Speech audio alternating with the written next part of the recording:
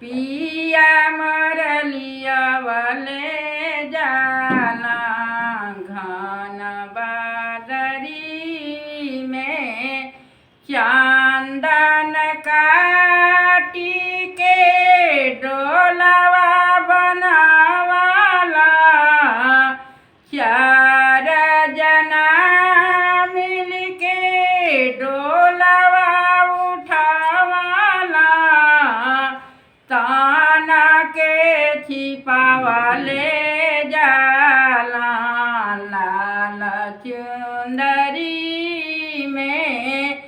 ताना के छिपावाले जाला लाल चुंदरी में पिया मरलिया वाले जाला घन बादरी में माई छुटली बाबू छुटला भाई भौजाइया संग के सहेलिया छुटली एही नगरी में संग के सहेलिया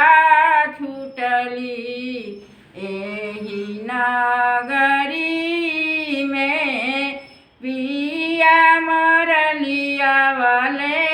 जाला घन बदरी में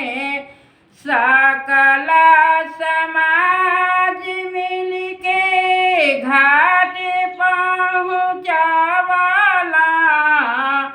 लकड़ी सजाई के चितवा बनावाला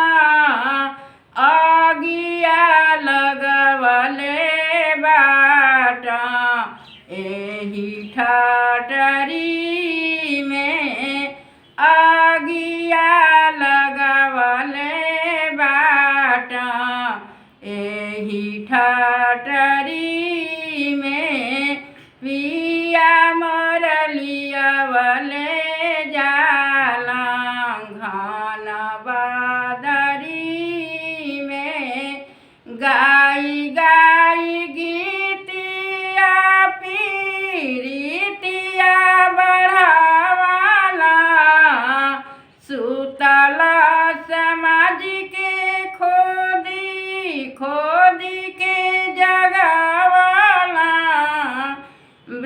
ब्रह्मानंद जी बोली गईला एही कोठरी में ब्रह्मानंद जी बोली गईला।